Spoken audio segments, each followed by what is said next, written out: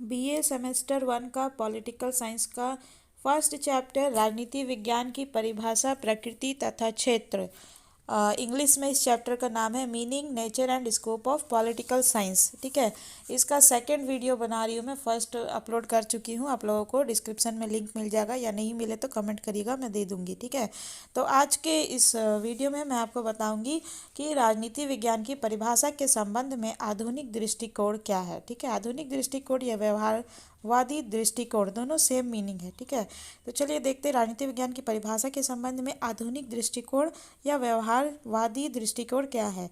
परंपरागत रूप में राजनीति विज्ञान के अध्ययन को व्यक्तियों के राजनीतिक क्रियाकलापों तक ही सीमित समझा जाता था। जैसे कि पिछले वीडियो में मैंने बताया कि पहले जो प्राचीन काल में क्या होता था, व्यक्तियों के माने लोगों के राजनीतिक एक्टिविटीज़ को, है ना, पॉलिटिकल एक्टिविटीज़ को, क्रियाकलापों तक ही को राजनीति विज्ञान का अध्ययन समझा जाता था, और यह अध्ययन संस्थात्मक था। ठीक है, अर्थात इसमें राज्य, सरकार और अन्य राजनीतिक संस्थाओं के अध्ययन को ही अधिक महत्वपूर्ण समझा जाता था।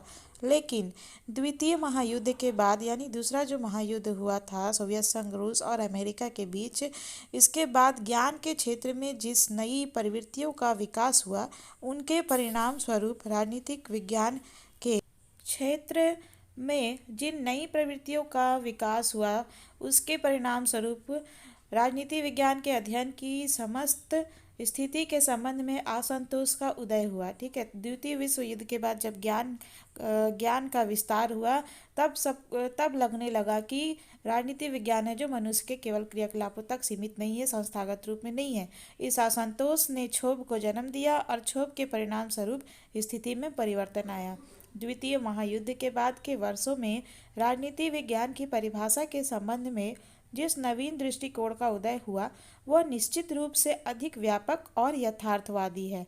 इन वर्षों में राजनीति विज्ञान के अध्ययन क्षेत्र में जो व्यवहारवादी क्रांति हुई, उसमें इस बात पर बल दिया गया कि वर्तमान समय में समस्त मानव जीवन ने एक इकाई का रूप धारण कर लिया है। ठीक है, और मानव जीवन के विविध पक्षों, यानी कि राजनीतिक पक्ष, सामाजिक पक्ष और आर्थिक पक्ष को एक दूसरे से अलग नहीं किया जा सकता है। सब एक दूसरे से संबंधित है, राजनीतिक, सामाजिक, आर्थिक पक्ष मनुष्य के। ठीक है, इसीलिए राजनीति विज्ञान को ऐसा विषय नहीं समझा जाना चाहिए जो मनुष्य के केवल राजनीतिक क्रियाकलापों का अध्ययन करता है।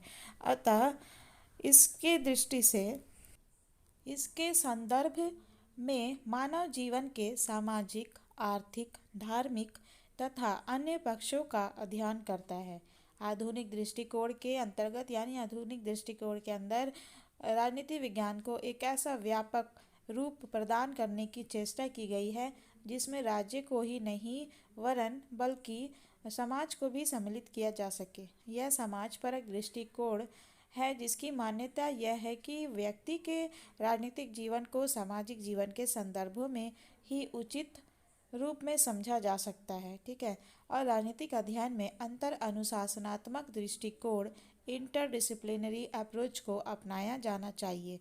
कैटलिन नाम के एक विद्वान थे, उन्होंने तो इस विचार का इतना सबल समर्थक है कि कुछ स्थानों पर तो वह राजनीति विज्ञान और समाजशास्त्र में कोई भी भेद स्वीकार करने के लिए तैयार नहीं है।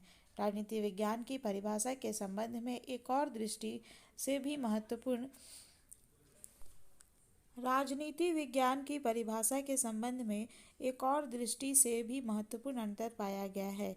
इस विषय की परंपरागत परिभाषाएं संस्थागत है, यानी परंपरागत परिभाषा राजनीति विज्ञान की यह कहती है कि राजनीति विज्ञान संस्था का अध्ययन है ना, और इनमें राजनीतिक विज्ञान के अध्ययन को राज्य सरकार तथा अन्य दृष्टिकोण को अनुचित, अपर्याप्त समझते हैं। लेकिन राजनीति विज्ञान के आधुनिक लेखक इस संस्थात्मक दृष्टिकोण को अनुचित और अपर्याप्त समझते हैं। आधुनिक जो राजनीति वैज्ञानिक है वो लोग सोचते हैं कि ये संस्थागत नहीं है। परंपरागत अध्ययन की इस संस्थात्मकता के कारण ही आर्थर बेंटले ने बंजर और औपचारिकतापूर्ण, प्राणहीन, बंधिता और स्थिर बतलाया है।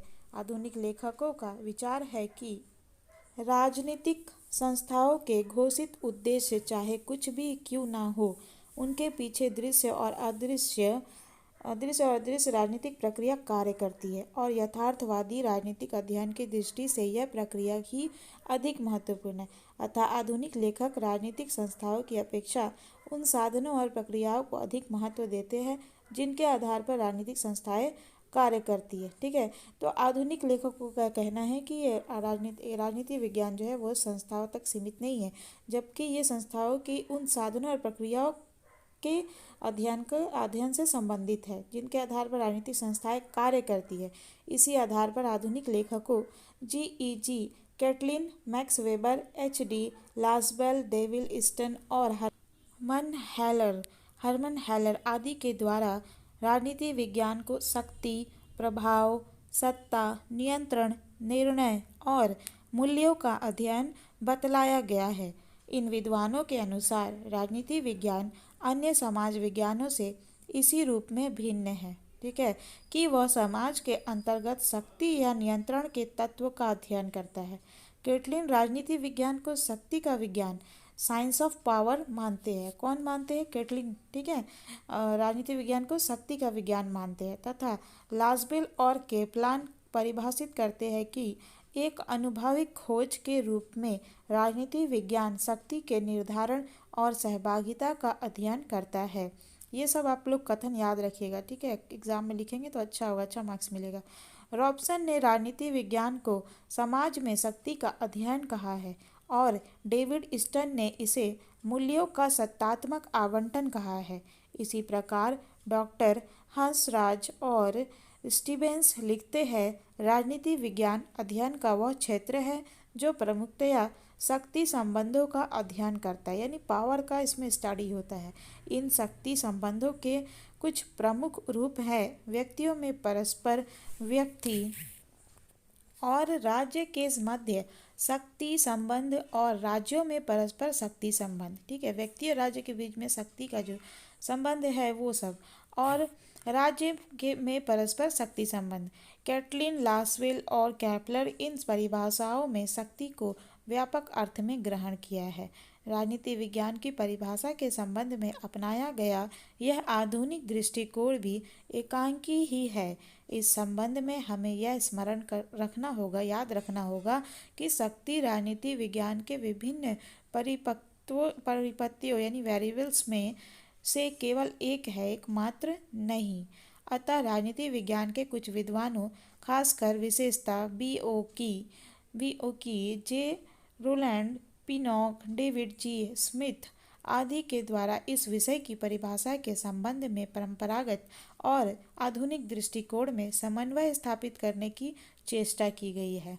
पिनॉक और स्मिथ पूर्णतया संतुलित दृष्टिकोण अपनाते हुए लिखते हैं, इस प्रकार राजनीति विज्ञान किसी भी समाज में उस सभी व्यक्तियों, संस्थाओं तथा संस्थानात्मक ढांचों से संबंधित होता है जिन्हें उस समाज में सुव्यवस्था की स्थापना और संचालन, अपने सदस्यों के अन्य सामूहिक कार्यों के संपादन तथा उनके मतभेदों का समाधान करने के लिए सर्वाधिक अंतर्भावी और अंतिम माना जाता है। अब हम जानेंगे कि राजनीति विज्ञान का क्षेत्र क्या है, ठीक है, परिभाषा तथा प्रकृति के बारे में हमने चर्चा की। अब राजनीति विज्ञान का क्षेत्र समझिए।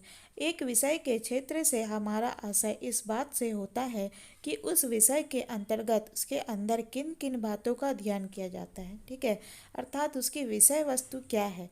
राजनीति विज्ञान की परिभाषा की भांति ही इस विषय के क्षेत्र के संबंध में कुछ प्रमुख मतों का उल्लेख इस प्रकार किया जा सकता है। प्रसिद्ध लेखक गार्नर ने राजनीति विज्ञान के क्षेत्र को 3 भागों में विभाजित किया है। जो प्रमुख राजनीति वैज्ञानिक जो थे गार्नर, उन्होंने 3 भागों में राजनीति विज्ञान के क्षेत्र को विभाजित किया है। पहला है राज्य की प्रकृति तथा उत्पत्ति की खोज। दूसरा है राजनीतिक संस्थाओं के स्वरूप, उनके इतिहास तथा विभिन्न रूपों की गवेषणा एवं तीसरा है उक्त खोज तथा गवेषणा के आधार पर राजनीतिक विकास के नियमों तथा यथासंभव अनुपात, ठीक है। तो प्रोफेसर गैटिल के मत अनुसार भी राजनीति विज्ञान के अंतर्गत मुख्यतः 3 बातें सम्मिलित होती है। पहला है राज्य की उत्पत्ति और राजनीतिक संस्थाओं व सिद्धांतों का विकास। दूसरा है विद्यमान राजनीतिक संस्थाओं और सिद्धांतों का अध्ययन।